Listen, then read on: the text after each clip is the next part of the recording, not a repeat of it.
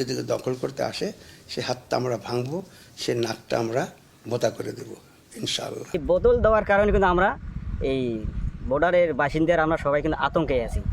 এই বদল দেওয়ার কারণে নিশ্চয়ই একটা ওদের উদ্দেশ্য আছে। এমনিতে এই জায়গাটা একবারে 18 থেকে 20টা খুঁটি আমাদের বাংলাদেশে উঠাই দিয়েছে। আমি অন্তর্বর্তী সরকারের কাছে বা উপদেষ্টার কাছে আমরা খুবই অনুরোধ করব যে দহগ্রামবাসীর পক্ষ থেকে আমাদের এখানেই 3 থেকে 4টা ক্যাম্পের আমার খুব জরুরি প্রয়োজন। এই সার্ভেলেন্স টেকনোলজি, সুতরাং এই বোতল টোতল দেওয়া এগুলি আমার কাছে জানি না, হয়তো এই এরিয়াটার মধ্যে ওসব ডিভাইসগুলো এখনো মতো লাগেনি।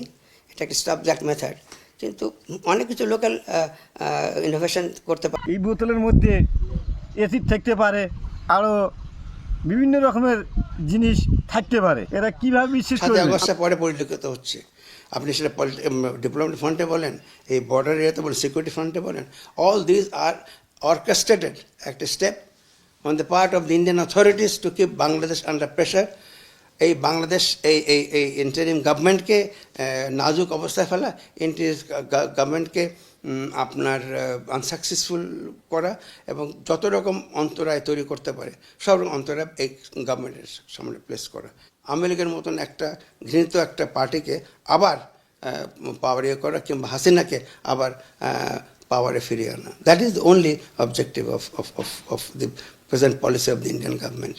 বাংলাদেশ থেকে কেন অনুপ্রবেশ করবে, কী কারণে? ওখানে কি অবস্থা আমাদের চেয়ে ভালো? গত 20, 25, 30 বছর যদি আপনি পরিসংখ্যান নেন, আমাদের ইকোনমিক কন্ডিশন, আমাদের সোশ্যাল ইন্ডিকেটার্স পশ্চিমবঙ্গ কেন ভারতের যে কোনো রাজ্যের থেকে বাংলাদেশে অনেক